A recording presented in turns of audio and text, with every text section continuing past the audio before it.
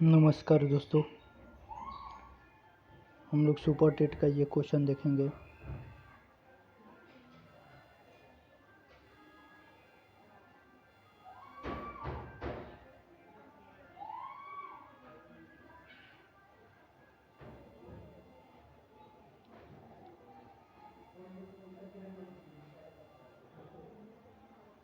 कह रहा है कि वह ऊतक जो एक हड्डी को दूसरे हड्डी से क्या करता है, एक हड्डी को दूसरे हड्डी से जोड़ता है, उसको लिगामेंट कहते हैं। यहाँ पर लिगामेंट दिखाई नहीं देता है, पर लिगामेंट का यहाँ पर हिंदी का नामकरण किया गया है। हिंदी में इसको लिगामेंट को क्या कहते हैं वह लिखा गया है। हिंदी में लिगामेंट को क्या कहते हैं, तो हिंदी में लिगामेंट को अस्नायु कहते हैं।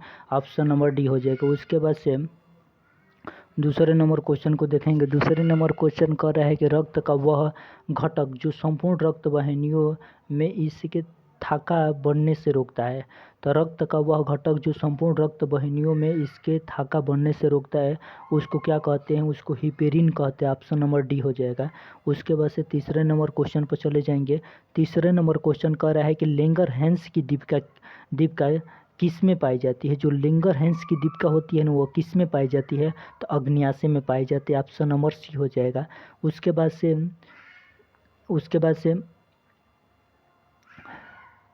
4 नंबर क्वेश्चन को देखेंगे। एंजाइम रासायनिक रूप से होते हैं। एंजाइम जो होते हैं ना, वो रासायनिक रूप से होते हैं। क्या होते हैं एंजाइम रासायनिक रूप से? क्या होते हैं एंजाइम रासायनिक रूप से? क्या होते हैं, तो प्रोटीन होते हैं। एंजाइम रासायनिक रूप से क्या होते हैं, तो एंजाइम रासायनिक रूप से प्रोटीन होते हैं। ऑप्शन नंबर क्या हो जाएगा, ऑप्शन नंबर डी हो जाएगा।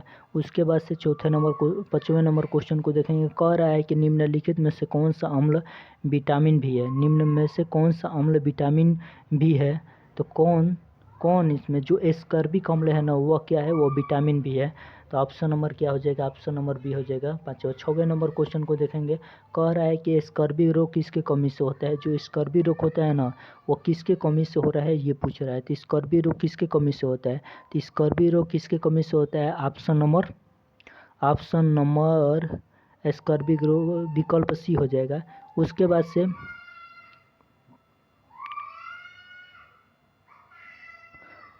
बाद से इधर 12 नंबर क्वेश्चन को देखेंगे।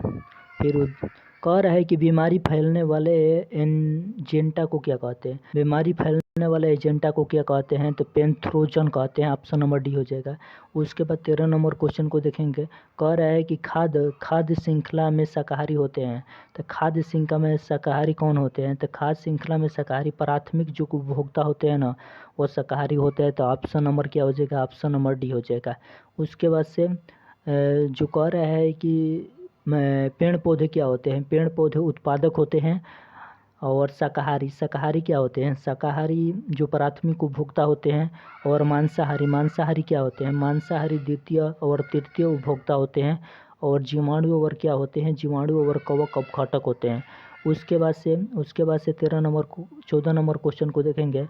कह रहा है कि जमीन के अंदर रहने वाले जंतुओं को सुरक्षित रखा जा सकता है।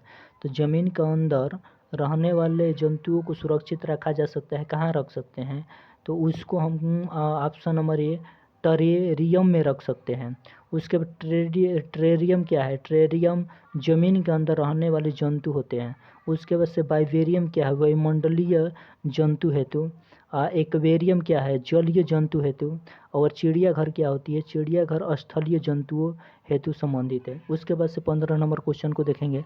15 नंबर क्वेश्चन कह रहा है कि जो व्यक्ति स्कर्विक अम्ल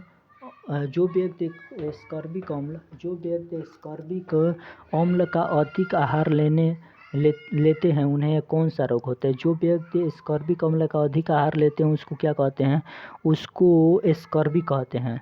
उसको क्या कहते हैं, स्कर्वी कहते हैं। स्कर्विक अम्ल वाला अधिक आहार लेने वाले व्यक्तियों में स्कर्विक अम्ल रोग नहीं होता है। स्कर्विक अम्ल एक एंटी ऑक्साइड गुणों वाला शुगर एसिड होते हैं। यह देखने में हल्के पीले रंग का जल घुलनशील चूर्ण और क्रिस्टल होते हैं। इनमें विटामिन सी के रूप में जाना जाता है। स्कर्वी रोग विटामिन सी की कमी से होने वाले रोग शरीर में जांघ और पैर में चकत्ते पड़ जाते हैं और रोग बढ़ने पर मसूड़े सूज जाते हैं और दांत गिरने लगते हैं। उसके बाद से 16 नंबर क्वेश्चन को देखेंगे। 16 नंबर क्या क्वेश्चन कह रहा है? 16 नंबर क्वेश्चन कह रहा है कि निम्नलिखित में से कौन सा 16 नंबर क्वेश्चन कह रहा है कि निम्नलिखित में से कौन सा प्रोटीन नहीं है? तो कौन सा प्रोटीन नहीं है? हिपेरिन नहीं है, क्रिएटिन नहीं है, फाइब्राइन नहीं है कि एल्बुमिन नहीं है। तो जो हिपेरिन है ना, ये प्रोटीन नहीं होती है।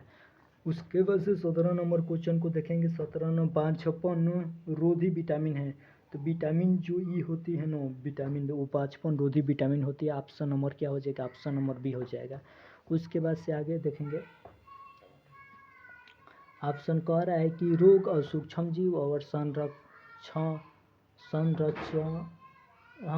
संचरण का माध्यम पढ़ेंगे। जो हैजा होती है ना, हैजा वो विषाणु जनित रोग होती है और दूषित जल और भोजन से होता है। जो हैजा होता है जीवाणु जनित होता है और दूषित जल और भोजन से होता है। टाइफाइड जो होता है, टाइफाइड वो जीवाणु जनित होता है। ये टाइफाइड जो होता है वो जीवाणु जनित होता है, दूषित जल से होता है। क्षय रोग जो होता है ना, जो क्षय रोग होता है ये जीवाणु जनित और वायु द्वारा होता है। सर्दी जुकाम जो होता है ना, वो विषाणु और वायु से संबंधित होता है। और जापानी मस्तिष्क ज्वर, जो जापानी मस्तिष्क ज्वर होता है ना, ये विषाणु और मच्छर से होता है। एक्यूट इन्फेसाइटिस विषाणु और जीवाणु मच्छर, मच्छरी और हवा एवं खाना से होता है। सिंड्रोम कवक से होता है और पान की सामग्री द्वारा होता है। उसके बाद से आगे देखेंगे। कह रहा है कि 21 नंबर क्वेश्चन कह रहा है कि अंडा उत्तम होता है। अंडा उत्तम होता है। अंडा कब उत्तम होता है? तो ये तंतुओं का, प्रोटीन का, कार्बोहाइड्रेट का और वसा का। तो अंडा उत्तम होता है। अंडा प्रोटीन का उत्तम स्रोत है। अंडा में लगभग सारे आवश्यक अमीनो एसिड पाए जाते हैं। इनका प्रोटीन उच्च कोटि का होता है। उसके बाद से 22 नंबर क्वेश्चन को देखेंगे। 22 नंबर क्वेश्चन कह रहा है कि निम्नलिखित में से जीवाणु बैक्टीरिया द्वारा फैलने वाले रोग का समूह है। जो जीवाणुओं द्वारा जो फैलता है वह रोग का कौन सा समूह है? कह रहा है कि छोटी माता होते हैं तनिका शोध मेनिंजाइटिस और तपेदिक और ट्यूबरकुलोसिस होती है ना, वह क्या होती है? जीवाणु जनित बैक्टीरिया से संबंधित रोग संबंधित है। उसके बाद से कह रहा है कि तपेदिक न्यूमोनिया और टाइफाइड और मेनिंजाइटिस इत्यादि जीवाणु जनित रोग होते हैं। मलेरिया प्लाज्मोडियम वाइवेक्स के संक्रमण से फैलता है, जो प्रोटोजोआ जनित रोग होते हैं, जबकि विकल्प में दिए गए शेष अन्य विषाणु जनित होते हैं। उसके बाद से महत्वपूर्ण तथ्यों के बारे में अध्ययन कर लेंगे। कह रहा है कि जापानी मस्तिष्क ज्वर एक्यूट इन्फेसालाइटिस सिंड्रोम बीमारी है। रासायनिक लीची फल में पाए जाते हैं। सही समय पर रोग जनक की थोड़ी सी मात्रा टीके वैक्सीन के रूप में रोग होने से पूर्व शरीर में पहुंचने से उसी रोग के प्रति एक विशेष प्रकार की प्रतिरोध क्षमता, रक्षात्मक अणुओं का निर्माण का विकास हो जाता है। ये टीके अलग अलग प्रकार से तैयार किए जाते हैं। इनका प्रयोग सामान्यतः जीवाणु और विषाणु द्वारा होने वाला रोग के प्रति किया जाता है। उसके बाद से कुछ टीके रोगजनक को ताप पराबैंगनी किरणों, अवलोकन और फ्लैशिंग्स आदि द्वारा मारकर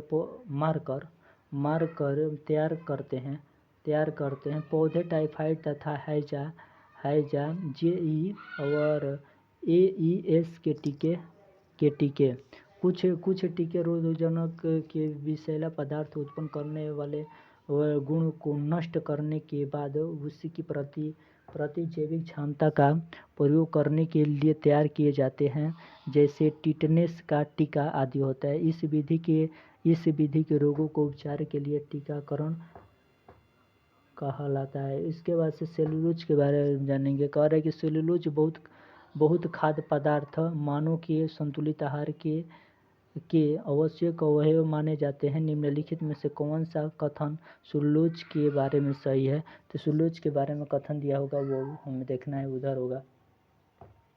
उसके बाद से कह रहे हैं यहाँ से, कह रहा है कि निम्नलिखित में से मानव जनित उत्सर्जन तंत्र से मूत्र के मार्ग को सही क्रम में दर्शाया गया है। तो मूत्र के मार्ग को सही क्रम में दर्शाया गया क्या है? जो वृक्क होता है ना, तो वो सबसे पहले मूत्र वृक्क में पहुंचता है, उसके बाद से मूत्राशय में पहुंचता है, से मूत्र मार्ग में पहुंचता है, उसके बाद से मूत्र वाहिनी में पहुंचता है। तो ऑप्शन नंबर सबसे पहले वृक्क में, उसके बाद से मूत्र वाहिनी में, और उसके बाद से मूत्राशय में, उसके बाद से मूत्र मार्ग में। ऑप्शन नंबर बी हो जाएगा। उसके बाद से कह रहा 28 नंबर क्वेश्चन को देखेंगे। 28 नंबर क्वेश्चन कह रहा है कि पोलियो का कारण है। पोलियो का कारण क्या है? पोलियो का कारण विषाणु होता है। उसके बाद से 29 नंबर क्वेश्चन को देखेंगे। 29 नंबर क्वेश्चन कह रहा है कि निम्नलिखित में से मानव पाचन तंत्र के भागों में संयोजन का वह कौन सा समुच्चय है जो कोई पाचन कार्य नहीं करता है?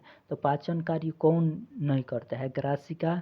ग्रासिका और बृहदान्त और मलाशय, ये कोई ग्रासिका, बृहदान्त और मलाशय ये कोई पाचन का कार्य नहीं करती है। मानव पाचन तंत्र में ग्रासिका, बृहदान्त और मलाशय हैं जो कोई भी पाचन का कार्य नहीं करती है। उसके बाद से 30 नंबर क्वेश्चन पर चले जाएंगे। 30 नंबर क्वेश्चन कह रहा है कि 30 नंबर क्वेश्चन कह रहा है कि जिस तालाब में जल के टेडपोल वृद्धि कर रहे हैं, उस जल में निम्नलिखित में से किस तत्व की पर्याप्त मात्रा उपलब्ध होनी चाहिए?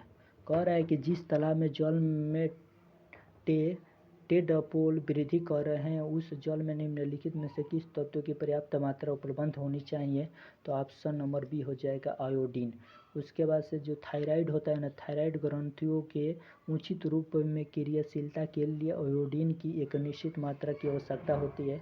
अतः कार्यान्तरण हेतु टेडपोल मेढक के बच्चे की वृद्धि के लिए आयोडीन युक्त जल आवश्यक होती है। उसके बाद से 31 नंबर क्वेश्चन को देखेंगे। कह रहा है कि मानव में जनन की अवधि की घटनाओं का सही क्रम क्या है? मानव में जनन की अवधि की घटनाओं का सही क्रम क्या है? तो सही क्रम भी होता है, युग्मक पहले बनता है, उसके बाद से निषेचन होता है, उसके बाद से युग्मजनक, और उसके बाद से भ्रूण बनता है। ऑप्शन नंबर बी हो जाएगा। जो कह रहा है कि मानव युग्म में सर्वप्रथम युग्म का निर्माण होता है, जो अंडाणु तथा नर शुक्राणु दोनों अलग अलग होता है। इसके बाद निषेचन होता है और अंडाणु और शुक्राणु का संलयन होता है, जिसके फलस्वरूप युग्म का निर्माण होता है। जाइगोट वृद्धि से भ्रूण का निर्माण होता है।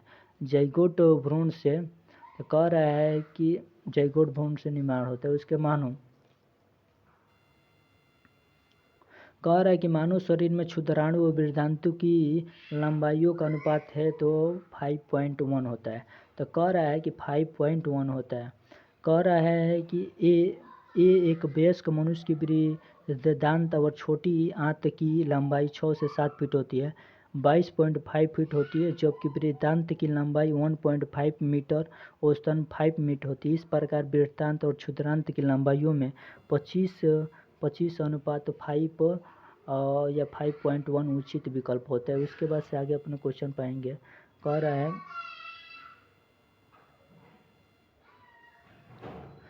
है कि व्यायाम के पश्चात कभी कभी हमारी पेशियों में कैंप आते हैं, खिंचाव उत्पन्न हो जाते हैं। इसका कारण क्या है? इसका कारण ऑप्शन नंबर सी हो जाएगा, ग्लूकोज का लैक्टिक अम्ल में परिवर्तन नहीं हो पाता है। इसी कारण हमें थकान का महसूस, तो जो ग्लूकोज होता है ना, ग्लूकोज का लैक्टिक अम्ल में परिवर्तित नहीं हो पाता है। उसके बाद से 38 नंबर क्वेश्चन को देखेंगे। 38 नंबर क्वेश्चन कह रहा है कि निम्नलिखित में से कौन सा पाचन रस के भागों के उस सही समूचे को चुनिए जो कोई कोई पाचन कार्य नहीं करता है। तो कौन हो जाएगा वो, जो सी नंबर है ना, सी नंबर, ग्रासिका और मुख गुहिका मलाशय। ग्रासिका, मुख गुहिका और मलाशय ये पाचन रस का भाग नहीं है। उसके बाद से 39 नंबर क्वेश्चन पाएंगे। आहारी पेशे क्या है? आहारी पेशे क्या है? आहारी पेशे रुक्षास भी कहलाते हैं, रुक्षास भी कहलाते हैं। आहारी पेशे रुक्षास भी कहलाते हैं। ये महत्वपूर्ण तथ्य को पढ़ लेंगे। उसके बाद से स्टेलाइजेशन एक विधि है जिसके मदद से खाद्य पदार्थों को सूक्ष्म जीवों से मुक्त किया जाता है, जिससे खाद्य पदार्थों को एक निश्चित समय तक खराब नहीं होता है। लुई पास्चर 1800 ये जो डेट है, जो दूध में कीड़वन रोकने के लिए पाश्चुरीकरण विधि का पता लगाया। इस विधि के दूध का विष्करण स्टेरलाइजेशन कहते हैं। तो ये टेम्परेचर होल्डिंग LTH विधि है में दूध को 145 डिग्री फ़ारेनहाइट 62 डिग्री 8 सेल्सियस पर लगभग 30 मिनट तक गर्म करते हैं। High temperature smart time HTST विधि से दूध को 161 फ़ारेनहाइट और 71.7 सेल्सियस पर लगभग 15 सेकेंड गर्म करते हैं। इस विधि के सभी हानिकारक या रोग कारक जीवाणु और विषाणु मुक्त हो जाते हैं। उसके बाद से आगे देखेंगे। आगे आइए।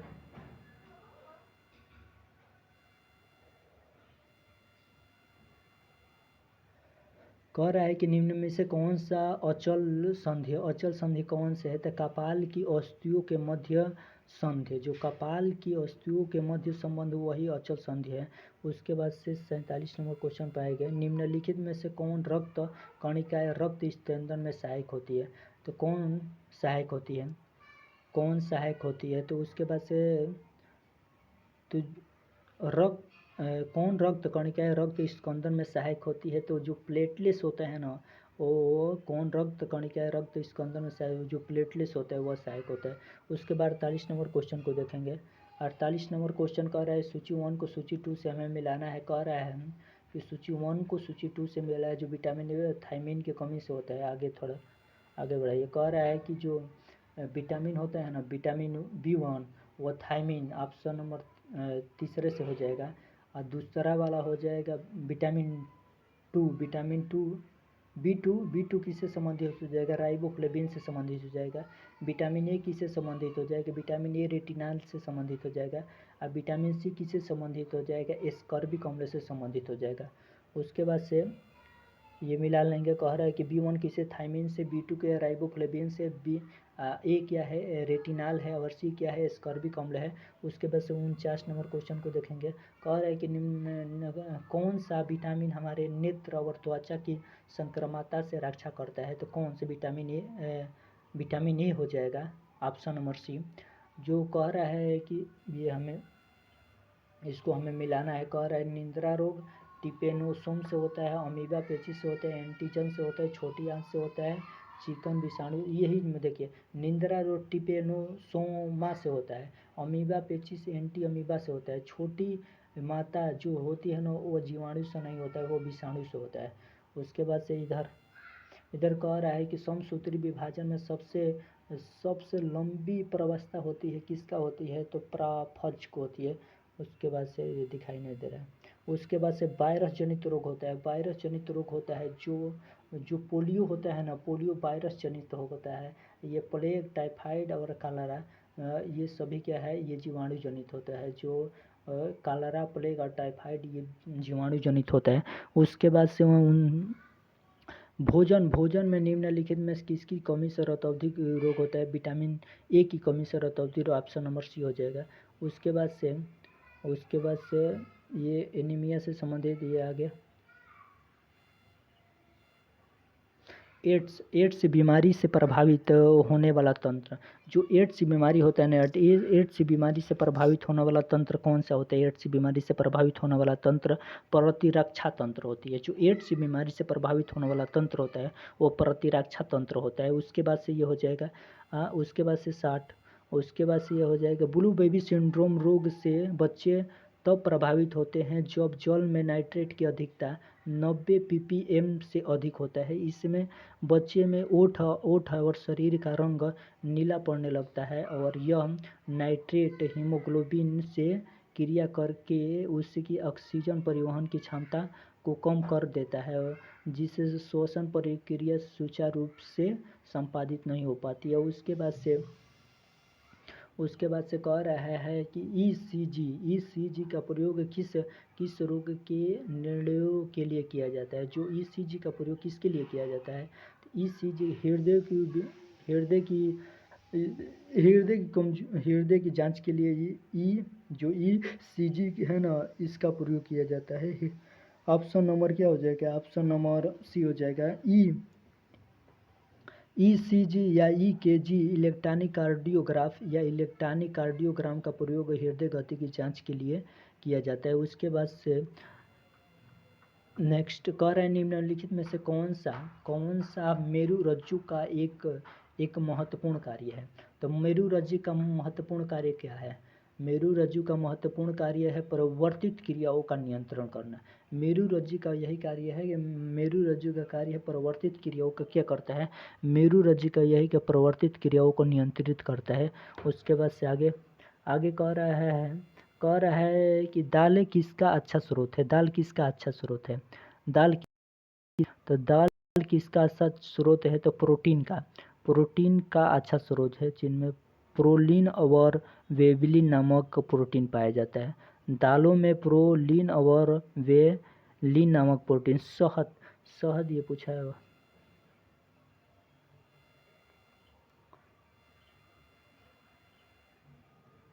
कह रहा है कि शहद का प्रमुख घटक है। शहद का प्रमुख घटक कहाँ है? शहद को हम ट्रिक भी बताएंगे शहद को कैसे याद रखेंगे। तो ये फ्रक्टोज से शहद का प्रमुख घटक फ्रक्टोज होता है। ऑप्शन नंबर डी हो जाएगा। शहद क्या होता है? शहद फल जैसा मीठा लगता है, तो शहद फल जैसा मीठा लगता है तो क्या हो जाएगा? फ्रक्टोज हो जाएगा। उसके बाद से आगे तो शहद का प्रमुख घटक फ्रक्टोज है। यह लैक्टोस प्राकृतिक शर्करा है। यह एक कार्बोहाइड्रेट है जो दूध में पाया जाता है और गेहूं की रोटी में ग्लूटीन प्रोटीन होता है और ग्लूटीन प्रोटीन होता है दूध में प्रोटीन पचाने वाले एंजाइम रेनिन होता है। ऊतकों का निर्माण प्रोटीन से होता है। उसके बाद से विटामिन शब्द का जनक किसको कहते हैं? विटामिन शब्द का जनक किसको कहते हैं? रॉबर्ट कोच को। जो विटामिन शब्द का जनक विटामिन शब्द को कासिमिर फंको को हाँ, तो विटामिन शब्द का जनक कासिमिर फंको कहते हैं। विटामिन शब्द के जनक कासिमिर फंको को जाना जाता है। विटामिन एक प्रकार का कार्बनिक यौगिक है जो शरीर की वृद्धि और अन्य उपापचयी क्रियाओं के लिए आवश्यक है। यह दो प्रकार की होती है। प्रथम जल में घुलनशील होती है जो बीसी होती है, और दूसरा जो वसा में घुलनशील होती है जो ADE के होती है। उसके बाद से आगे कह रहा है कि निम्नलिखित में से कौन सा कार्बोहाइड्रेट का स्रोत है? कौन सा कार्बोहाइड्रेट के स्रोत है? आलू है, अनाज है, दूध है, मुर्गा है। तो कार्बोहाइड्रेट विटामिन डी। मुर्गा कार्बोहाइड्रेट के स्रोत। कह रहा है कि कार्बनिक पदार्थ कार्बन, हाइड्रोजन तथा ऑक्सीजन के बने पदार्थ होते हैं। रासायनिक दृष्टि से वे पदार्थ जो जल अपघटन द्वारा पॉलीहाइड्राइड्स, एल्डिहाइड्स या कीटोन देते हैं। ग्राम कार्बोहाइड्रेट से और कैलोरी ऊर्जा प्राप्त होती है। 1 ग्राम कार्बोहाइड्रेट से 4 पॉइंट इतना कैलोरी ऊर्जा प्राप्त होती है। ये उसके बाद से आगे ये कह रहा है कि यहाँ से पढ़ लीजिए इसको भी। कह रहा है कि लाल रक्त कणिकाएं लोहित कोशिका होती है। जो लाल रक्त कणिकाएं होती है ना, वो लोहित कोशिका होती है। इसका आकार गोला, लंबा और बीच में चिपटा होता है। यह एक घन मीटर में इनकी संख्या 50 लाख होती है। इसका मुख्य मुख्य कार्य फुफ्फुस से ऑक्सीजन ग्रहण कर शरीर के विभिन्न अवयवों को देना होता है। तो कह रहा है कि मनुष्य में लाल रुधिराणु का जीवन काल कितना होता है। तो मनुष्य में लाल रुधिराणु का जीवन काल 120 दिन होता है।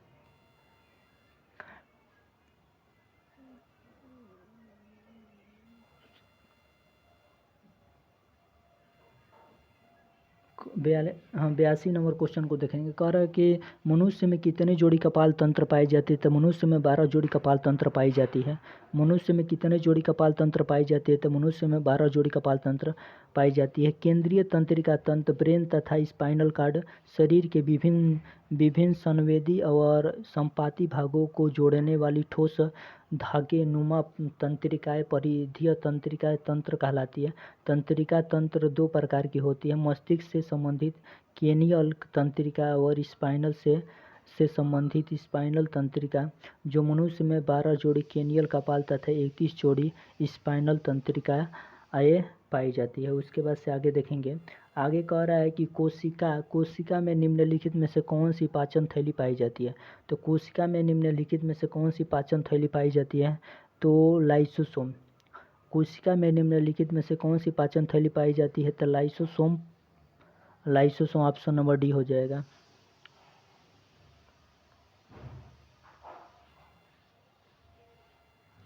मूत्र का असामान्य घटक क्या होता है। मूत्र का असामान्य घटक एल्बुमिन होता है। मूत्र का असामान्य घटक क्या होता है। मूत्र का असामान्य घटक एल्बुमिन होता है। ऑप्शन नंबर सी हो जाएगा। मूत्र में 95% जल और 5% कार्बनिक पदार्थों की मात्रा रहती है। कार्बनिक पदार्थ में यूरिया, यूरिक अम्ल और क्रिएटिनिन तथा पोटेशियम ऑक्साइड आदि रहते हैं, जिनमें से एल्बुमिन ऑक्साइड घटक है। उसके बाद से 85 नंबर क्वेश्चन को देखेंगे। 85 नंबर क्वेश्चन कह रहा है कि निमोनिया रोग शरीर के किस अंग को प्रभावित करता है। तो निमोनिया रोग शरीर के किस अंगों को प्रभावित करता है। तो फेफड़े को यह प्रभावित करता है। यह एक श्वसन संबंधित रोग। उसके बाद से 86 नंबर क्वेश्चन को देखेंगे। 86 नंबर क्वेश्चन कह रहा है कि मानव शरीर में प्लाज्मा की लगभग कितनी प्रतिशत मात्रा। तो मानव शरीर में प्लाज्मा की 55 से 60% होता है। ऑप्शन नंबर बी हो जाएगा। उसके बाद से 92 नंबर क्वेश्चन को देखेंगे।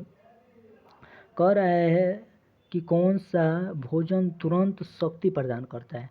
शक्ति कौन प्रदान, ग्लूकोज होता है ना, ये तुरंत शक्ति। ग्लूकोज C6H12O6 सबसे सरल कार्बोहाइड्रेट है, जिस कारण यह तुरंत शक्ति प्रदान करता है। ग्लूकोज स्वाद में मीठा होता है इसके तथा सजीवों को कोशिकाओं के लिए ऊर्जा का प्रमुख स्रोत होता है। 93 नंबर क्वेश्चन को देखेंगे। 93 नंबर क्वेश्चन क्या कहता है कि निम्नलिखित में से कौन मानव शरीर की सबसे छोटी हड्डी होती है।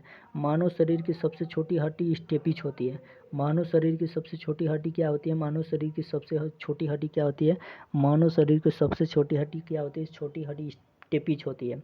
तो मानव शरीर की सबसे छोटी हड्डी क्या होती है। मानव शरीर की सबसे छोटी हड्डी स्टेपिज होती है। ठीक। उसके बाद से मानव शरीर की सबसे छोटी हड्डी क्या होती है। स्टेपिज होती है।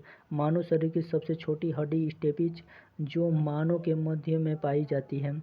यह वातावरण के ध्वनियों के अनुसार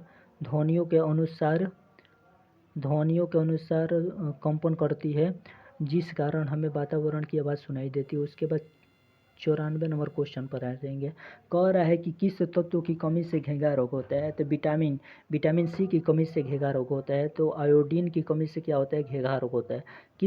किस तत्व की कमी से घेंघा रोग होता है। आयोडीन की कमी से घेंघा रोग होता है।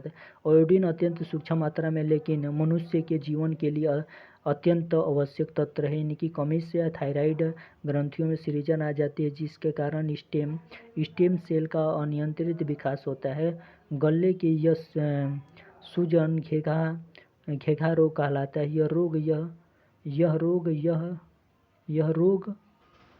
यह रोग बर्फीला या उन स्थानों पर ज़्यादा पाया जाता है जहाँ पानी में नमक की मात्रा कम होती है।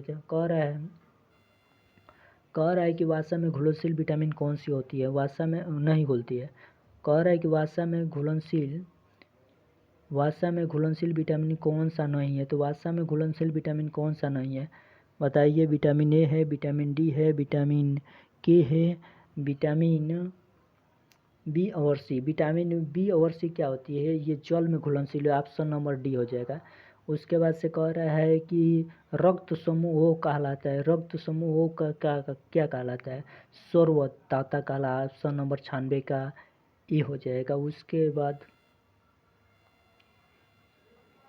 कह रहा है कि रक्त समूह को सार्वजनिक दाता तथा रक्त समूह एबी का सार्वजनिक ग्राही कहा जाता है। रक्त समूह की खोज सन 1990 में 1900 में कार्ल लैंडस्टीनर ने किया था। 1900 में कार्ल लैंडस्टीनर ने किया। टाइलिन नामक एंजाइम का संबंध किससे है?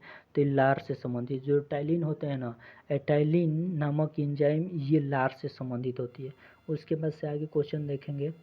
टाइलिन नामक एंजाइम, उसके बाद से इंसुलिन एक प्रकार का क्या है? इंसुलिन एक प्रकार का क्या है? इंसुलिन एक प्रकार का क्या है? इंसुलिन एक प्रकार का हार्मोन है। जो इंसुलिन है ना, तो इंसुलिन एक प्रकार का, इंसुलिन अग्न्याशय के अंतर्भाग जो लैंगहेंस की दीपिका की बीटा कोशिका से स्रावित होने वाला एक जंतु हार्मोन है। रासायनिक दृष्टि से यह पेप्टाइड हार्मोन है जो ग्लूकोज को उपापचयन को नियंत्रित करती है। उसके बाद से आगे कह रहा है कि निम्न में से कौन सा अग्रमस्तिष्क का हिस्सा नहीं है? निम्नलिखित में से कौन सा अग्रमस्तिष्क का हिस्सा नहीं है? तो अग्रमस्तिष्क का हिस्सा क्या नहीं? मेंडुला जो होता है ना, अग्रमस्तिष्क का हिस्सा नहीं होता है। उसके बाद से देखिए तो ये दिखाई दे रहा है कि नहीं। आगे 106 नंबर कह रहा है निम्नलिखित में से प्लेग के उपचार के लिए किस इकाई का प्रयोग किया जाता है? किस इकाई का प्रयोग किया जाता है? तो क्या स्टूपटा, ये दिखाई नहीं दे रहा है, आगे चल रहे हैं। हाँ, विटामिन ई से संबंधित कौन सा रासायनिक पदार्थ है? तो क्या कौन सा है? टेकोफेरल। ऑप्शन नंबर ए हो जाएगा। विटामिन ई से संबंधित टेकोफेरल होता है, ऑप्शन नंबर ए हो जाएगा। उसके बाद से लाल रक्त कणिकाएं शरीर के किस भाग में पाई जाती है? जो लाल रक्त कणिकाएं होती है शरीर में किस भाग? तो मनुष्य में लाल रक्त कणिकाएं छोटी, चौपटी, गोला तथा दोनों ओर से बीच में दबी हुई अर्थात उभय अवतल होती है। इसमें केंद्रक नहीं होता है। उसके कह रहा है कि एक स्वस्थ मनुष्य के शरीर में इनकी संख्या 45 से 50 लाख प्रति मिमी-क्यू तक होती है। इनकी जीवन अवधि लगभग 100 से 120 दिन तक होती है। लाल रुधिर कणिकाओं का निर्माण लाल अस्थिमज्जा बेन मैरो में होता है। कह रहा है कि मलेरिया में कौन सा अंग प्रभावित होता है? तो मलेरिया में कौन सा अंग प्रभावित होता है बता सकते हैं? तो प्लीहा अंग प्रभावित होता है। मलेरिया एक संक्रामक रोग है जो प्लाज्मोडियम प्रोटोजोआ परजीवी के मध्य से फैलता है। मादा एनोफिलीज मच्छर मलेरिया परजीवी का वाहक होता है तथा हम मच्छर को काटने पर मलेरिया परजीवी लाल रक्त कोशिकाओं में प्रवेश कर जाती है। लाल रक्त कोशिका बहुगुणिक होते हैं जिनमें रक्तहीन एनीमिया का लक्षण पाए जाते हैं। मलेरिया का उपचार सिनकोना वृक्ष की छाल कुनैन में किया जाता है। उसके बाद से ये मलेरिया में पलीहा के आकार में वृद्धि होती है उनमें दर्द होता है, जिससे उनमें दर्द होता है। सर्वग्राही सा रक्त समूह है, सर्वग्राही ए बी होता है। उसके बाद से आगे देखेंगे। कह रहा है कि मानव शरीर में रक्त संचरण कैसे होता है और इसकी खोज करने वाला प्रथम कौन था? तो मानव शरीर में रक्त संचार कैसे होता है और इसकी खोज करने वाला प्रथम कौन था? तो विलियम हैबरमैन ने था। मानवीय शरीर में रक्त संचरण कैसे होता है, इनकी खोज करने वाला प्रथम कौन था? तो कौन थे? तो ऑप्शन नंबर क्या हो जाएगा? ऑप्शन नंबर सी हो जाएगा, विलियम हार्वे।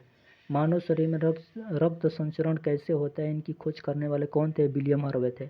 उसके बाद ऑप्शन नंबर सी हो जाएगा। मनुष्य के रुधिर परिसंचरण तंत्र की खोज विलियम हार्वे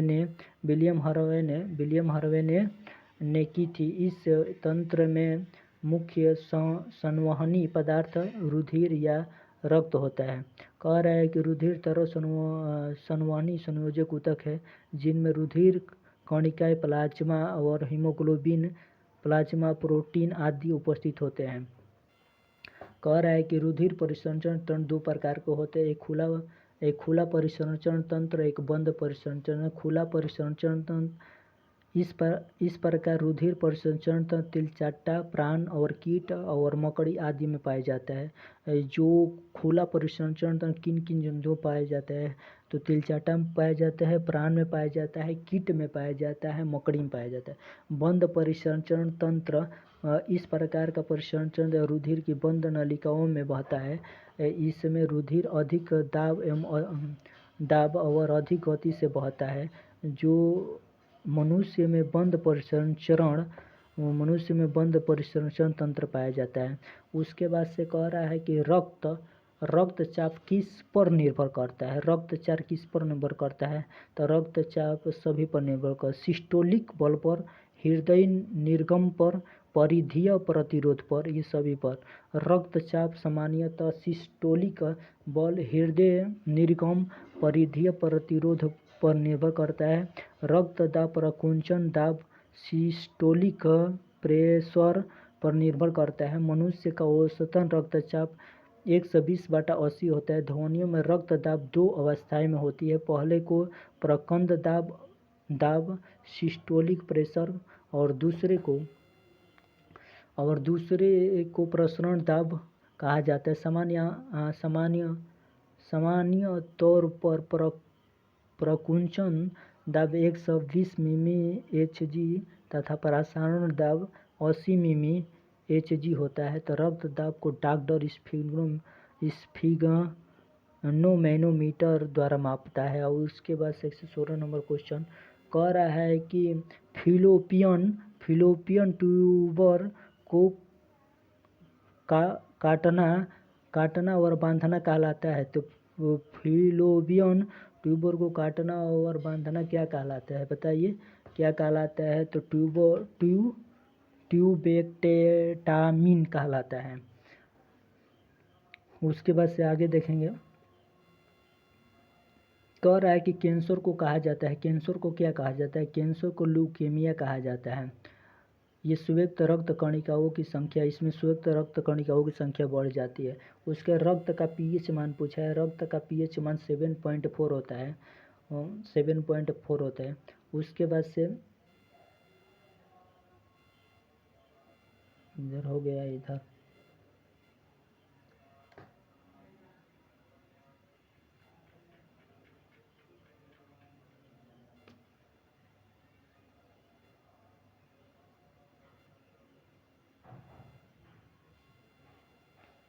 ये कह रहा है कि विटामिन सी इसे स्कर्विक रोग, विटामिन सी स्कर्विक अम्ल C6H8O6 भी कहते हैं। इसकी कमी से मसूड़ों में रक्त स्राव, कमजोरी तथा शरीर के घाव का आसानी से न भरना स्कर्वी नामक रोग के लक्षण है।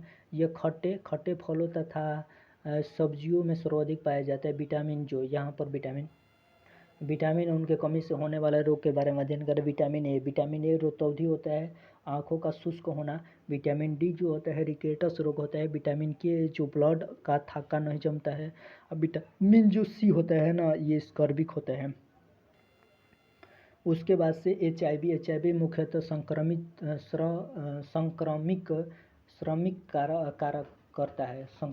करता है। HIV संक्रमित करता है, किसको संक्रमित करता है, तो यह सहायक लिम्फोसाइट को संक्रमित करता है। HIV को फुल फॉर्म जानेंगे, ये ह्यूमन यूकोनोडिफिशियेंसी वायरस होता है। उसके बाद से आगे देखेंगे, कह रहा है कि डाउन सिंड्रोम होता है। डाउन सिंड्रोम किस में होता है, तो 21वें गुणसूत्र की त्रिसूत्रता के कारण ये डाउन सिंड्रोम होता है। उसके बाद से कह रहा है कि ट्राइसोम 31 के नाम से भी इसको जाना जाता है। उसके बाद से 9 नंबर क्वेश्चन को देखेंगे। कह रहा है कि मनुष्य का कौन सा अंग अवशेषी अंग है। मनुष्य का कौन सा अंग अवशेषी अंग है, कौन सा अंग अवशेषी अंग है, बताइए। तो ऑप्शन नंबर जो ए है ना, वो मनुष्य का अवशेषी अंग है। कौन? कौन पोलोपेशिया, ये मनुष्य का अवशेषी अंग है। ऑप्शन नंबर ए हो जाएगा। उसके बाद 10 नंबर देखेंगे। 10 नंबर क्वेश्चन को कह रहा है कि थ्रोम्बोप्लास्टिक कहाँ से रक्त स्कंदन के लिए प्राप्त होता है? तो ये प्लेटलेट से। जो थ्रोम्बोप्लास्टिक कहाँ से रक्त स्कंदन के लिए प्राप्त होते हैं? तो ये प्लेटलेट से प्राप्त होता है।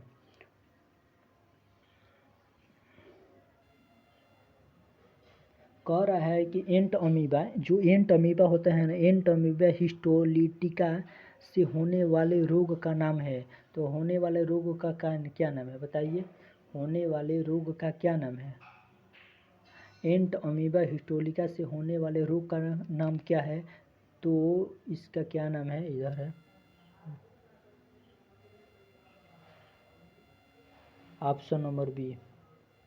क्या हो जाएगा? पेचिस। एंट अमीबा हिस्टोलिका से होने वाले रोग का नाम क्या है? तो ये पेचिस है। उसके बाद से आगे